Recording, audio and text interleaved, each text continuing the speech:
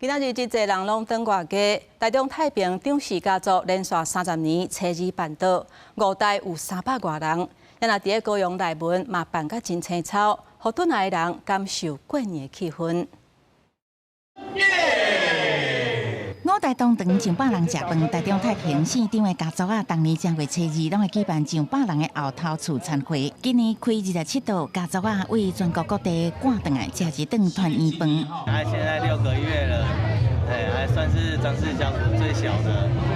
我有39个堂哥，37个堂姐妹，我们家族非常多人。县长家族太平后头餐宴由高龙庄文物馆的庄主张友杰发起举办的，今年已经第30年。家族大概踊跃参与，差不多300人到场，上济岁98岁，上细汉的敢若6个月。年岁即摆女生一个阿姆98岁，男生一个94岁。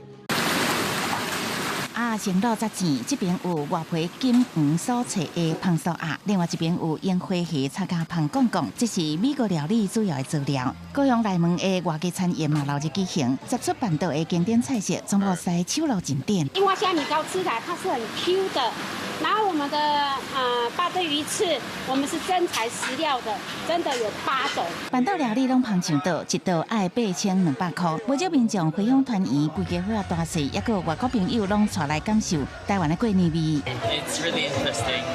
First time. 是我女儿的朋友，然后想说他们也过年没有无法回家，就带他们一起过来体验一下这样。餐会延续办道文化，感受台湾上正港的美食热情。总铺师嘛用一出的手路菜，温暖回乡亲人的胃。